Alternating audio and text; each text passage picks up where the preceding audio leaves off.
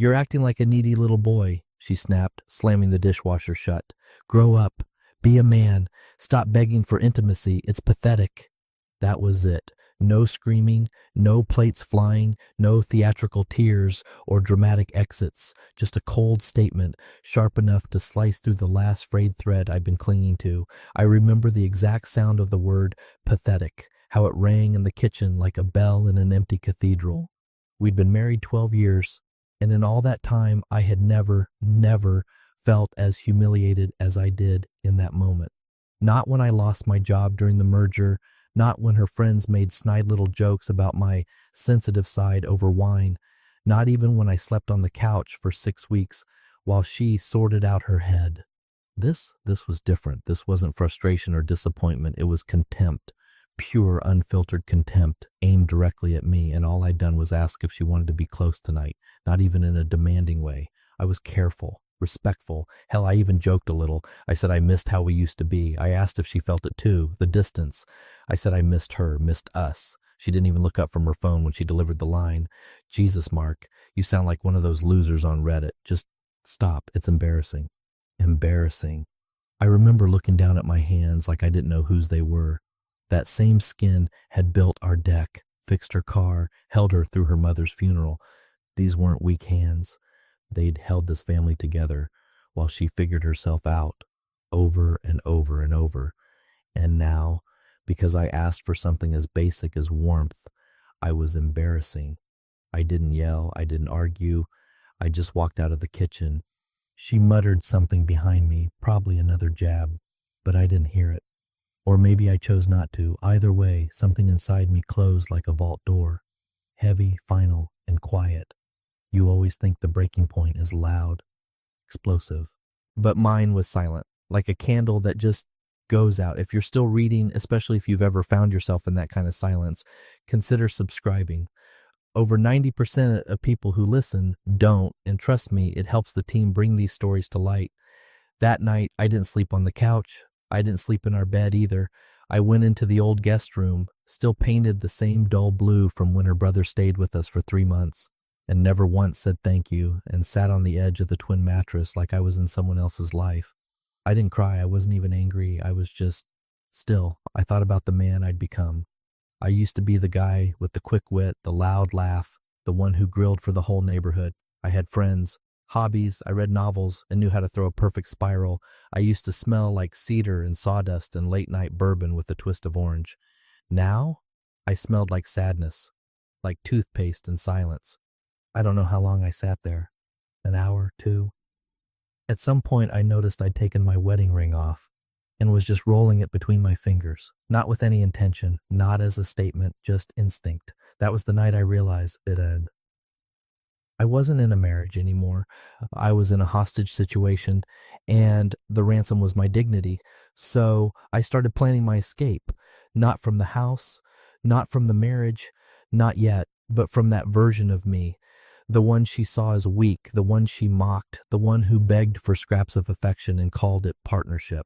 I was done asking, done proving, done trying. No more heart-to-hearts, no more tiptoeing, no more pep talks to myself about rough patches or emotional labor, or maybe she just needs space. I gave her space. I gave her kindness. I gave her everything. She gave me pathetic. So I stopped trying to win her over and started remembering who the hell I was before she taught me to forget. At 5:42 a.m., my alarm buzzed for the first time in years. Not for work, not because I had to, just because I wanted to be the one who decided how my day started. For once, I got up quietly, laced up a pair of sneakers that still had dust from the back of the closet, and went outside. Cold air hit my lungs like a slap, but it felt honest. I didn't run far that first morning, barely a mile before my knees barked and my breath caught. But I ran. Past the bakery that used to be our spot before she started complaining that carbs made her sluggish. Past the park where we used to walk on Sundays before brunch reservations and excuses took priority. I ran like a man shaking something off his skin, something stale, something clinging. Back home, Tanya was still asleep, or pretending to be. We'd reached that phase where you don't say good morning anymore, just make coffee near each other like polite strangers in an Airbnb. I didn't say a word. I showered, made oatmeal, added berries, didn't ask if she wanted any. I just existed separately. That was the beginning. I didn't make a big show of anything. That would have given her a target. Tanya thrived on dismissing dramatic gestures, but she didn't know how to mock silence. I let her marinate in it. The back rubs stopped, not as punishment, just absence, the quiet, final kind. The way you stop watering a dead plant, not out of cruelty, but because you finally accept it's not going to bloom again. No more casual shoulder touches in the kitchen. No more reflexive kisses on the cheek before I left the house. I moved my books into the guest room.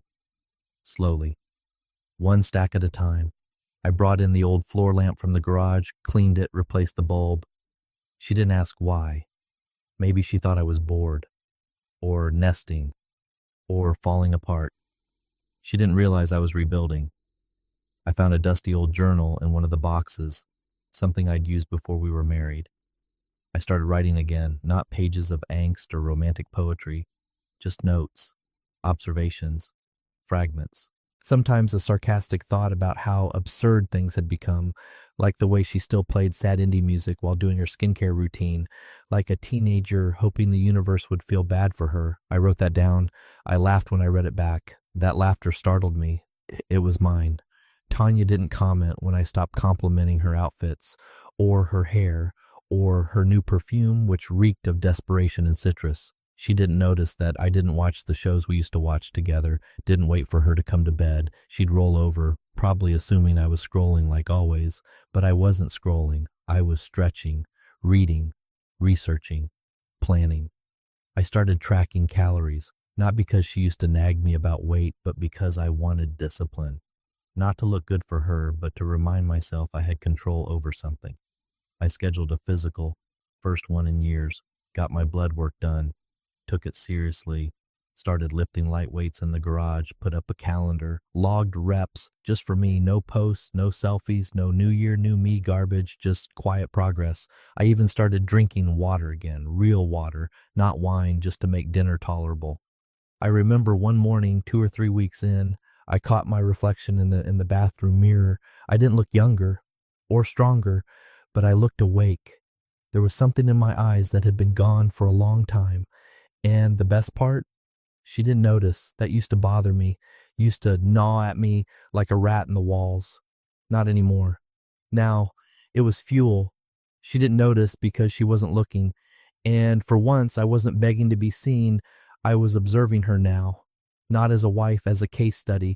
How long until she realized I was still here, but no longer hers?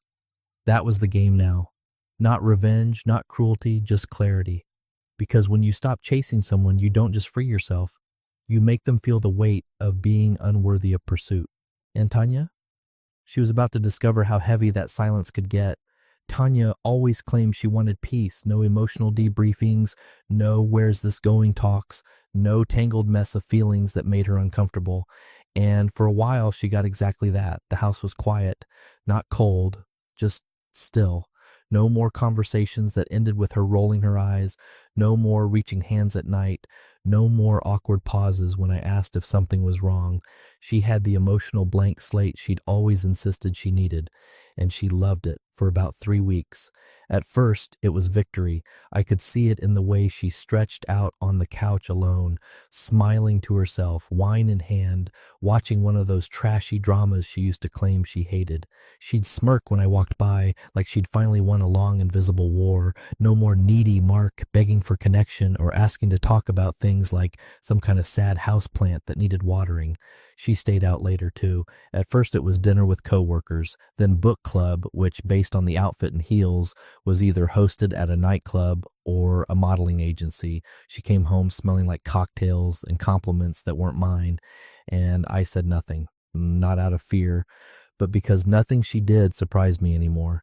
That silence, it rattled her. I could see it the night she came in at midnight, heels in her hand, and paused in the hallway like she expected me to bark something, accuse her, question, fight. I was in the kitchen, calmly cleaning up the plate of food I'd made myself. One plate, one fork, no candles, no theatrics, just a man eating alone comfortably. "You're up late?" she offered, fishing. "Yeah, dishes were piled up." "Oh, okay." She lingered like she had more to say, but I just kept drying the plate. She stood there waiting for something, anything to happen. It didn't. She went to bed without another word. That became the new normal. She tried poking the bear, little sarcastic jabs during breakfast. Wow, eating healthy again? Hoping to impress someone? I smiled and sipped my coffee, just enjoying not feeling like crap all the time. She blinked, caught off guard. I'd usually try to de-escalate, make a joke. Now I just told the truth and moved on. She started watching me, noticing, asking small, casual questions. Did you always like running that much? Yep. You've been writing a lot, huh? Mm-hmm. Nothing rude, nothing cruel, just disengaged, unavailable. The woman who once told me I was too intense now walked around like a cat on a hot stovetop, waiting for the man she'd silenced to speak again. She didn't like the quiet anymore. She missed the sound of me needing her. But I didn't. It clicked for her one Sunday morning. She walked into the kitchen in her old flannel robe, no makeup, hair messy, and I was already out the door, gone before she even opened her eyes. She texted me, "Where'd you go?" I responded 2 hours later, farmer's market, ran into Kevin grabbing lunch. Kevin, her old college friend, the one she never liked, the one who used to make snarky jokes about her attitude and once told her she was lucky I hadn't left. She didn't reply. When I got home, she was doing laundry she never used to do, folding towels with sharp, angry corners. Didn't know you and Kevin were close. We reconnected. She slammed a cabinet a little too hard. Cool. But it wasn't. Not for her, because she could feel it now. That I wasn't hers, not emotionally, not spiritually, maybe not even physically, and I wasn't trying to make her feel that way. That's what shook her most. I had built a wall, not brick and stone, but attention and intention, and she was outside of it, looking in. She got the distance she once begged for. Now, she was just another person watching me move on without packing a bag. She wasn't used to being irrelevant, but that's exactly what she was becoming, one unnoticed choice at a time. It was after midnight when she cracked the door open. I didn't hear her at first. The pen was moving steadily, rhythmically, a familiar scratch across the notebook I hadn't used in nearly a decade, not since before the wedding, not since I still believed we were building something. The light in the guest room was soft, filtered through the old green lampshade from my first apartment. The room smelled faintly of cedar and ink, my world, my rules. "What are you doing?" she asked, her voice cautious. I didn't look up right away. I finished the sentence. Period. Then I looked up, slow and calm. "Writing." She stepped further into the room, arms crossed like she expected me to hide something. "About what?" "Thoughts," I said, then added, "Not everything needs to be shared." That got her. A tiny twitch in her brow, a spark of annoyance. For years, I had been the open book, the one who begged her to talk, who asked how she was, what she was feeling, what we could fix. Now I was the one with closed chapters. She walked around the room, glancing at the neatly arranged books on the shelf, the clean desk, the neatly folded blanket on the armchair. Her tone was flippant. "So this is your man cave now? A little midlife crisis cocoon?" I smiled faintly. "Nope, just needed space that respects me." She scoffed, arms still crossed. "That's dramatic." "It's honest." The silence stretched out between us. She wasn't used to me saying things like that, without raising my voice, without begging her to understand. "It's not personal," I said. "It's just peace. This room has it, and I need it." She didn't respond right away. She just stood there, blinking like someone who expected a punch, but got a mirror instead. Eventually she said, "So what, now you're just checked out? Writing poems and pretending that solves anything?" "No poems, just clarity." "Jesus, Mark." Her voice cracked a little, not enough to sound vulnerable, just irritated. Like I was breaking some unspoken contract where I had to stay the one craving connection. "You think I don't notice what you're doing?" she said. "You're punishing me, being cold, withholding affection like it's a strategy." I didn't even blink. "No, that's what you used to do. This is just me remembering how to be okay without being humiliated." There it was, the flash of panic behind her eyes. She tried to mask it, of course, laughed bitterly. "So now you're the victim?" "Not at all. Victims want pity. I want freedom." She didn't have a comeback for that. Tanya looked around the room again like it had betrayed her, as if the books and soft lighting and thick journal pages had somehow conspired against her. "You really think this fixes anything?" I looked back at the page. "No, but it fixes me." She stood there for a long beat, then turned around and walked out. No door slam, no comment, just retreat. But I could feel it, her confusion, her discomfort, not because I was angry or vengeful, but because I was calm. That's what unnerved her. This wasn't a tantrum. It wasn't a phase she could ride out until I got bored and came crawling back to the marriage bed like a dog waiting for scraps. No.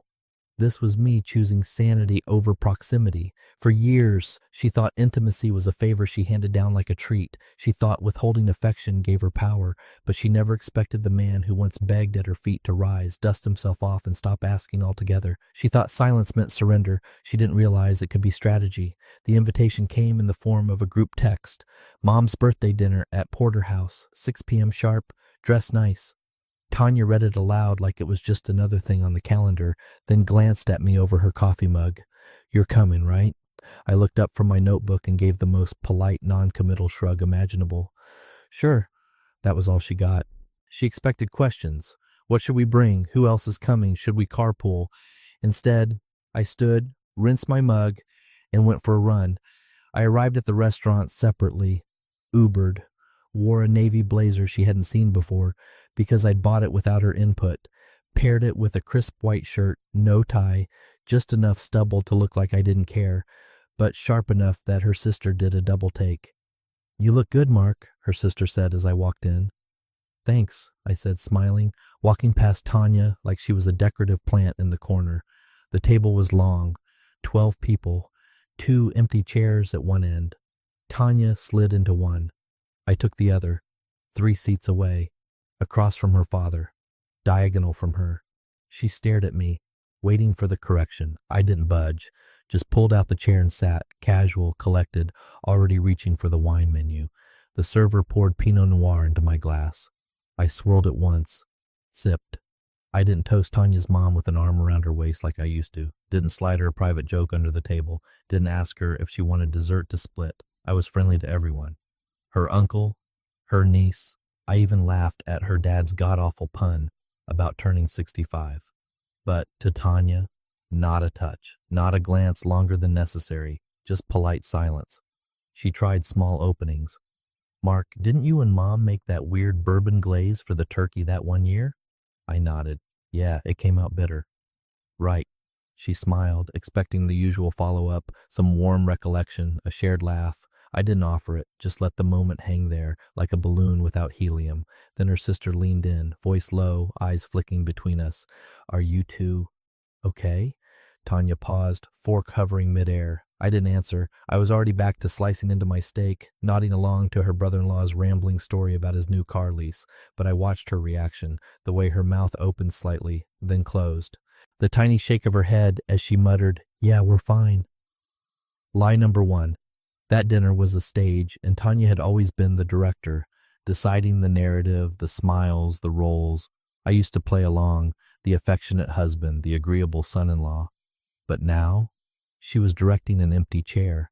Every time I laughed with someone else, she tensed. Every time I poured water for her mom, but not for her, she noticed.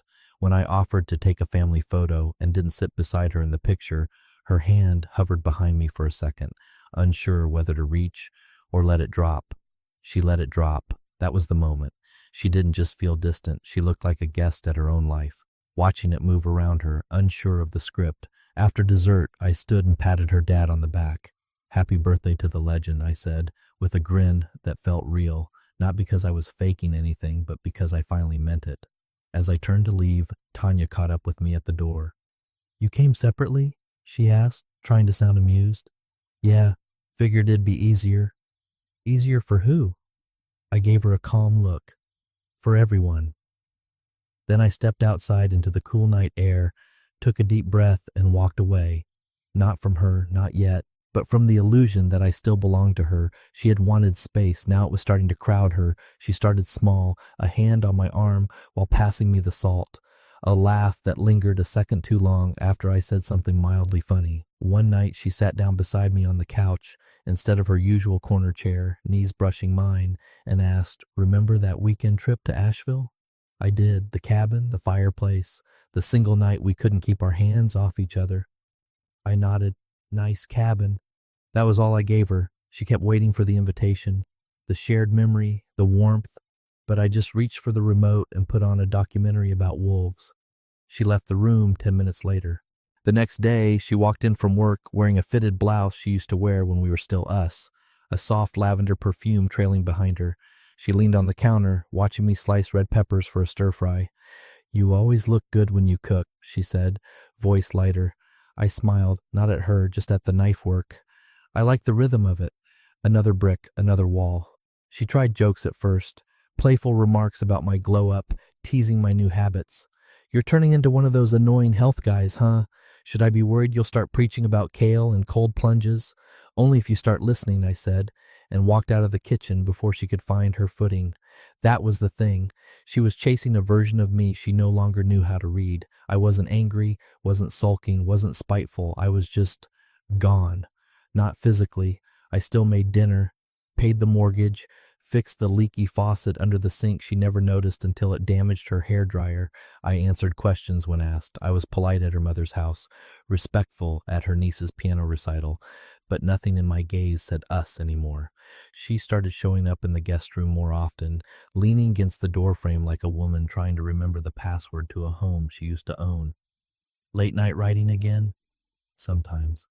"About me?" "No." That answer stunned her more than if I'd said yes, because it meant she wasn't the center anymore. One night she climbed into bed before me, lingerie on, candles lit, some kind of slow jazz humming from the Bluetooth speaker she hadn't used since our anniversary 3 years ago. I walked in, paused, and looked at the scene like a hotel room I'd mistakenly entered. She patted the sheet beside her. "Join me?" "I'm good," I said quietly. "Long day." "Mark, come on. Don't pretend like you're not." "I'm not pretending." I turned, went to the other room, and closed the door gently. No drama, no explanation, just closure. The next morning, she didn't speak, just slammed cabinets and stomped through the hallway like a teenager denied her phone. That was the morning I saw it in her eyes. Desperation. Not the loud kind, not the weepy, mascara-smudged confession you see in movies. The quiet kind, the kind that settles in when a woman realizes the man she ignored, mocked, minimized for years is now too far to reach. She had played the game of push and pull for so long that she didn't recognize a man who no longer participated. I was still there, my clothes in the closet, my boots by the door, my toothbrush next to hers, but none of it meant ownership. I was no longer hers. I was a ghost occupying her space. She tried to bring me back in all the old ways, the half-hearted flirts, the guilt trips, even kindness, the performative kind, like asking if I wanted her to grab almond milk from the store, as if milk could replace a decade of emotional starvation. Each attempt only exposed the void she created, and she could feel it now. Every time I smiled without leaning in, laughed without touching her hand, existed without seeking her validation, she wasn't being ignored. She was being excluded from a man who used to beg to be let in. She waited until I was rinsing out a coffee mug. I could feel her hovering before she spoke, bare feet on the tile, arms crossed like she was holding herself together with tension and pride. The silence between us was thick enough to carve. "Are you sleeping with someone?" she asked, her voice flat, not fiery, not emotional, just tired. I finished rinsing the mug, placed it carefully on the rack, dried my hands with a towel, then turned. "No," I said. "There's just me now." She blinked like she didn't understand the answer. "Come on, Mark. You expect me to believe this whole transformation, this new routine, the gym, the sudden self-help renaissance, it's just for you?" "Yes." A beat. Her throat moved like she was trying to swallow something sharp. "I don't believe you." "That's not my problem." Her lips parted like she was going to yell, but nothing came out, just a breath. Her eyes darted to the window like maybe fresh air could save her from this moment. "Do you even love me anymore?" she asked. I didn't rush the answer. I let the question sit. She wasn't asking because she wanted the truth. She was asking because she finally realized she might not be the center of it. "I begged you to see me," I said, voice calm, no malice. "You told me to stop. So I did." She tried to blink away the truth, like it was smoke getting in her eyes.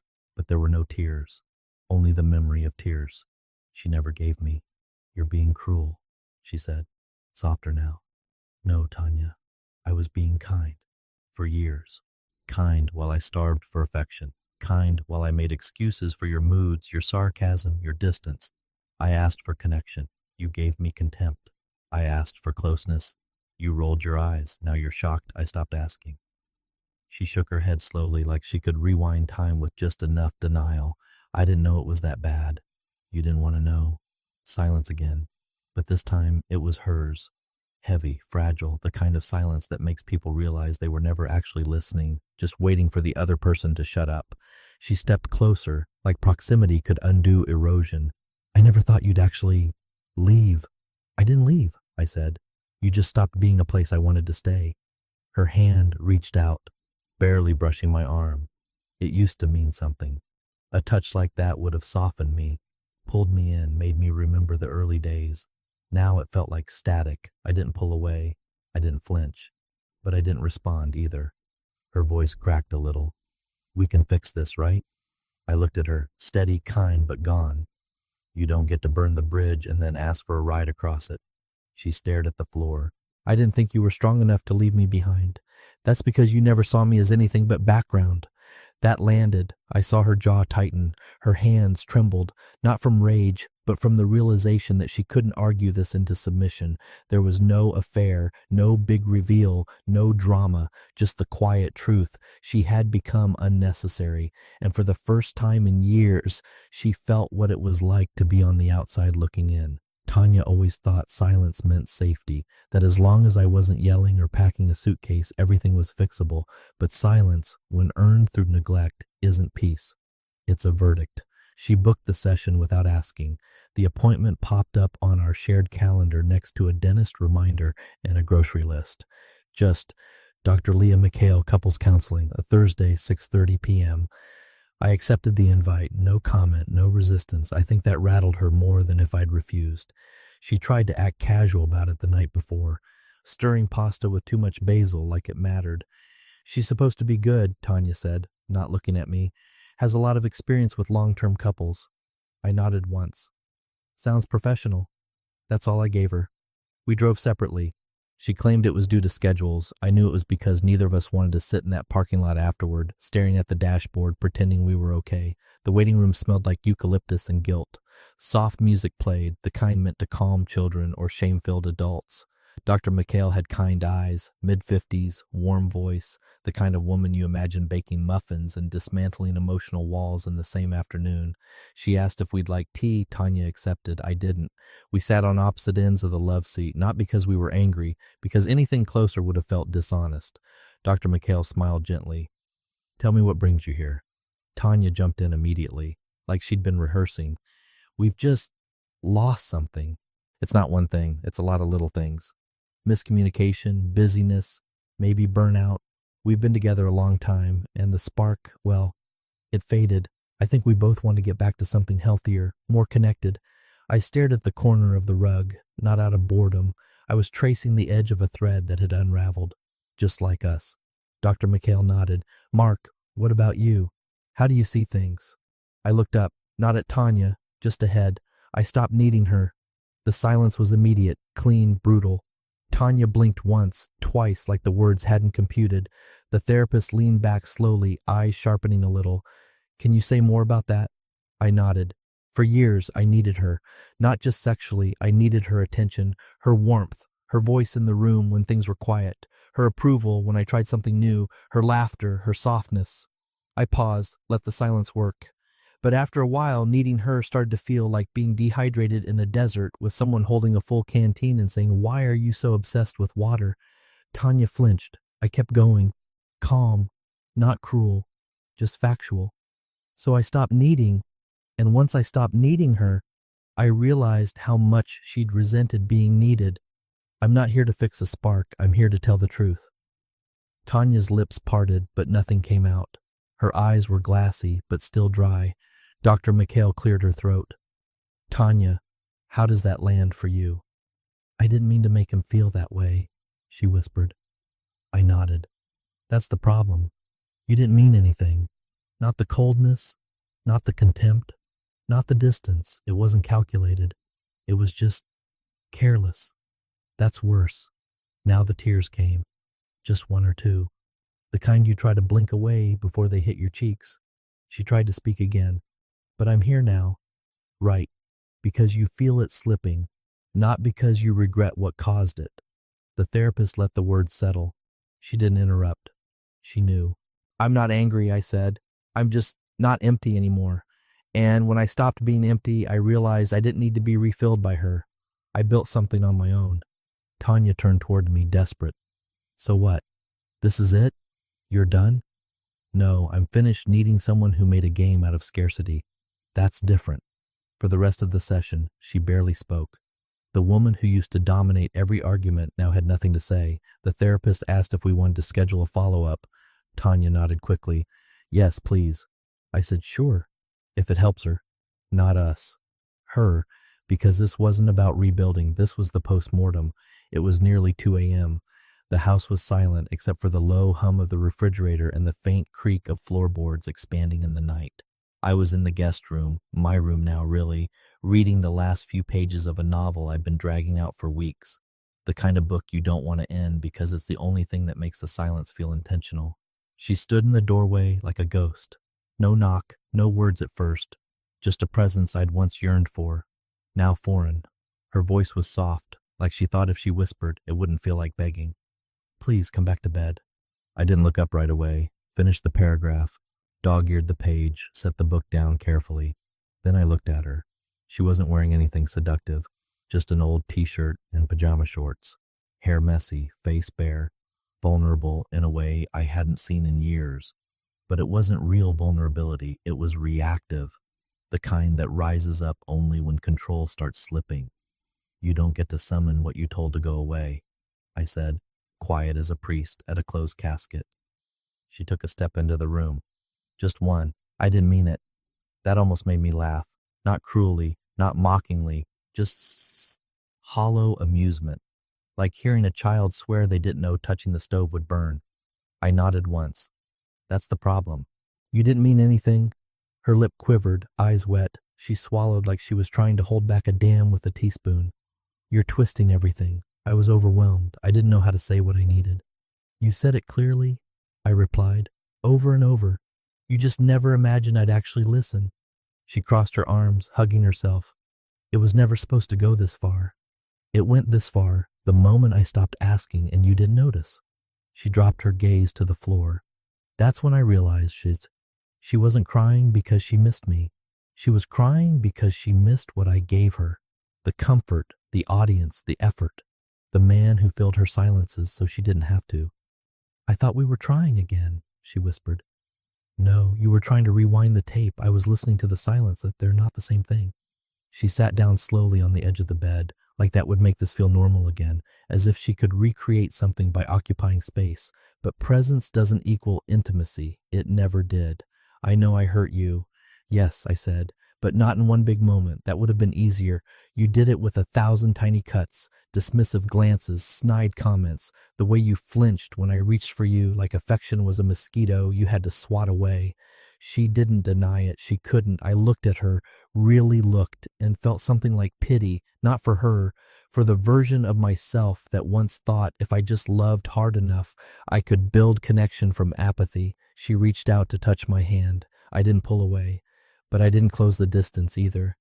You keep acting like this is over, she said, but we're still here, still married. I shook my head gently. You're holding a marriage certificate. I'm holding the bill for all the things you didn't say, for all the affection I had to earn while you rationed it out like charity. Her hand dropped. We sat there in the silence for a long time. Eventually she stood, shoulders sinking like gravity had finally caught up. She left the door open when she walked out, but I didn't follow. Because by then she understood what I'd known for months. Some things don't shatter with noise, they fossilize in silence. And once that happens, no amount of pleas can resurrect the man she buried. The last morning was quiet, too quiet for her comfort. I made coffee like I always did, grind, pour, no sugar. The mug I used had a tiny chip on the rim, a crack she never noticed because it wasn't her favorite. But I liked it. It fit in my hand like it belonged there. Funny how some things stay loyal even when people don't. She sat at the kitchen table in an old sweatshirt watching me, not asking anything, not offering, just watching, like I was a puzzle she started too late. On the counter beside me was a single duffel bag, black, clean, worn just enough to show it had been places, not packed with drama, no hurried stuffing, just folded shirts, a toothbrush, my notebook, one photo, me and my dad at a baseball game, years before I learned how easy it is to be disappointed by the people you love. She didn't ask where I was going. Maybe she already knew it didn't matter. When I zipped the bag closed, her eyes tracked the sound like it was a gun cocking. She opened her mouth, closed it, tried again. "You don't have to do this," she said, barely above a whisper. I didn't answer right away. I adjusted the strap, picked up my keys, took one final sip of coffee. Then I looked at her. "You said stop begging," I said. So I stopped. She stood slowly, the chair scraping the floor like an alarm no one wanted to hear. Her arms hung at her sides like she didn't know what they were for anymore. "I didn't know it would go this far," she murmured. "You didn't think it would go anywhere," I replied, "because you assumed I'd always stay. No matter how many times you treated love like a joke with a punchline only you laughed at." Her eyes welled, but she didn't cry, not because she didn't want to, but because tears can't flow when regret shows up late and empty-handed. "I'm not trying to guilt you," she said. I thought you needed time. Space, not this." "I didn't need time," I said. "I needed respect. I needed to be seen without having to set myself on fire for it." I walked toward the door. She followed, not too close, like even now she wasn't sure how to cross the distance she'd created. At the threshold I paused, not for her, for me. She must have taken it as a sign. Her eyes flickered with something stupidly hopeful, like maybe this was the part where the music swells and the husband forgives and the credits roll.